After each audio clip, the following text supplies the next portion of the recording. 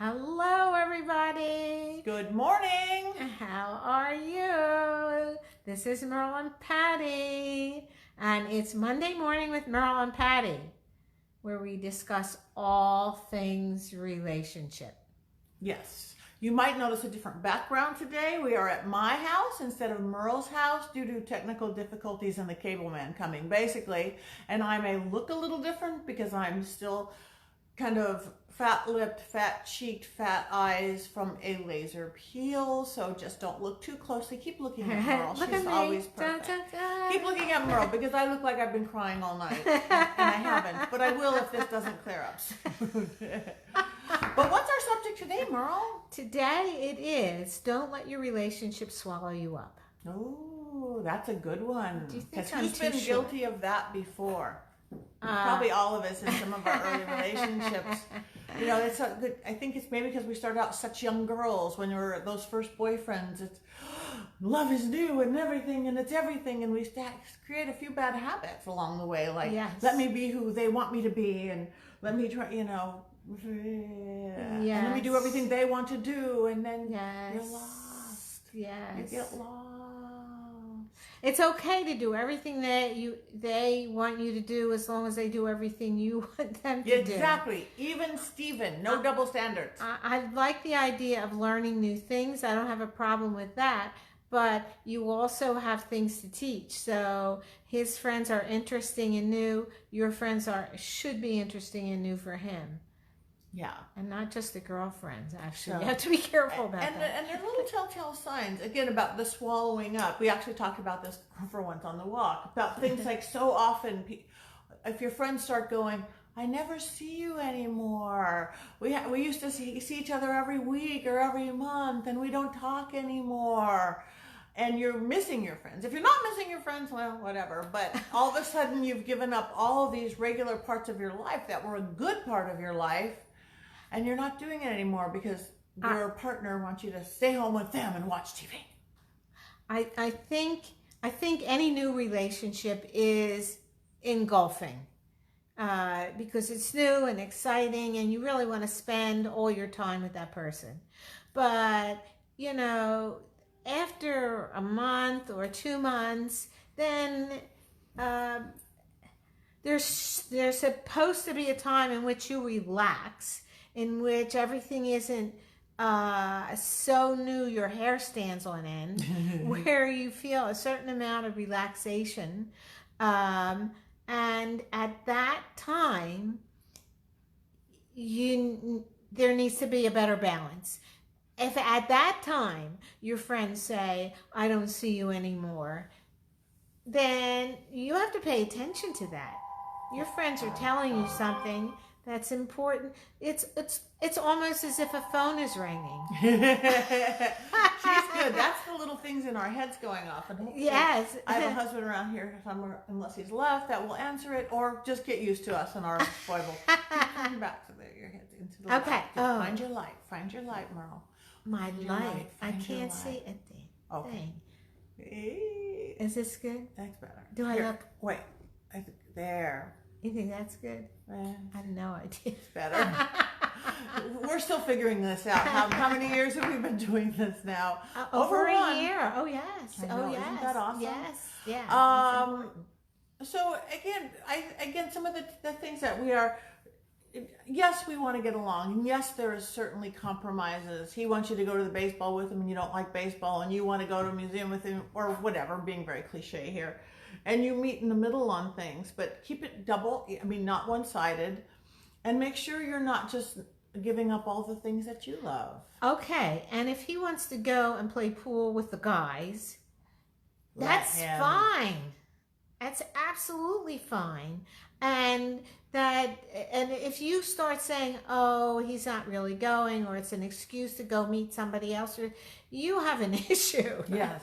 Or your relationship has an issue, one or the other. I'm not really sure which, but you need to explore that. Yeah, because that's a trust issue. Because if you're spending every waking moment together because you're so in love, okay, that's great, and that will probably wear off a little. But if it is whatever, if you're in that moment, great. Sure. But so often it starts becoming really a trust issue, or it's a jealousy issue.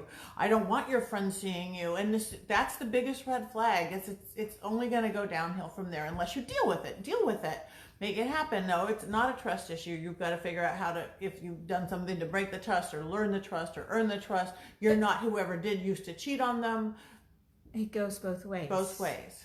Yes. And so yes. you let them go play pool with the boys. Let them have their play with the girls, Yes. for that matter. And when the girls go out, even if it's to a male strip club or something, have fun. Have fun. Have fun. Have your separate lives that you can share with each other. Have your lives together, which is great. But honestly, that gets boring after a few years.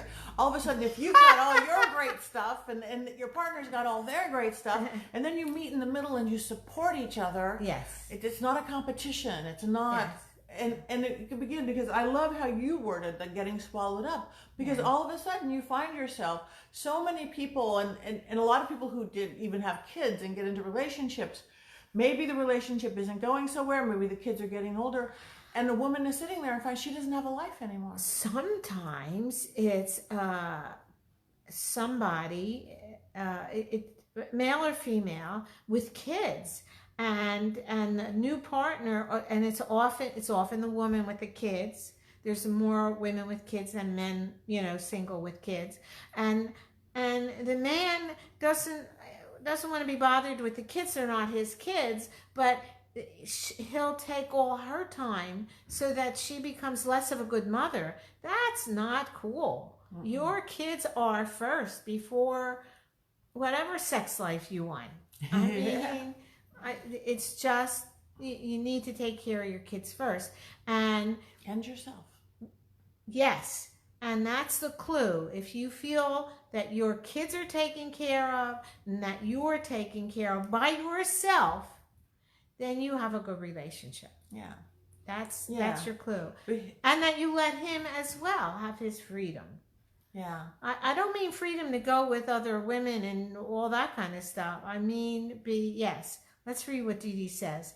Trust goes with respect and has to be earned, but once you're in a romantic relationship, that should by then already be there. And yes, a wobble in the trust needs addressing. That's right. I love the word wobble. Thank you, Dee Dee. I love Dee Dee. That wobble, we don't watch it. Fix your wobbles. But yeah, again, I know so many people, and again, they've been maybe married for a lot of years. That's not working out for whatever reason. And then they realize, what did you want to do with your life? I don't remember. I don't have friends anymore. I don't have hobbies anymore. I don't have anything. It's like a cult. It's like a one-person cult. That's not cool. It's definitely not cool.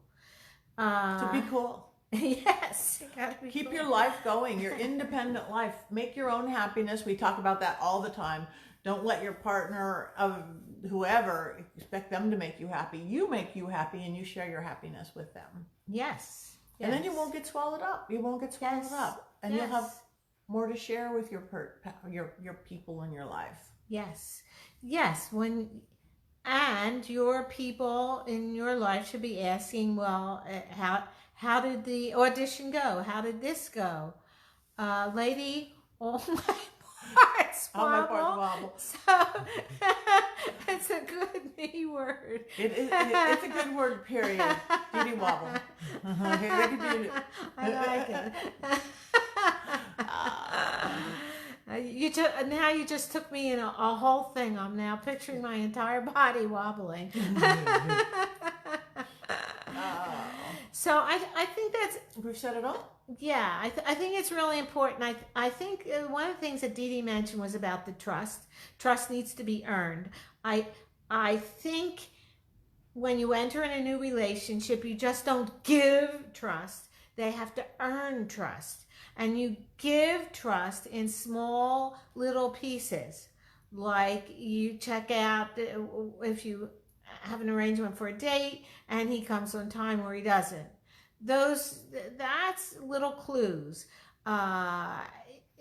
and you pay attention to how he treats other people, all the little things, and give him pieces of trust in increments that you can afford to make a mistake with.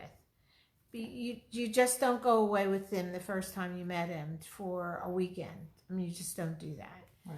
So Yeah, because you don't know him yet or her yet. yeah. And on the opposite level Once of that, earn the trust, go slow within it, get to know them, but don't also start out a relationship. I know you're going to cheat because everybody else cheats. Not cool. Because you're going to smell like cheat, and somebody who's never done it before, you're going to lead them to do it because you're going to expect them to do it. That's the magic of weird manifestation. So just start neutral.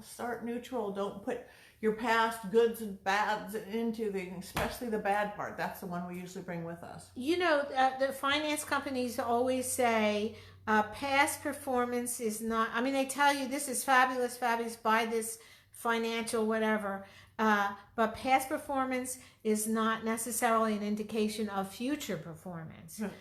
Well, that's absolutely correct.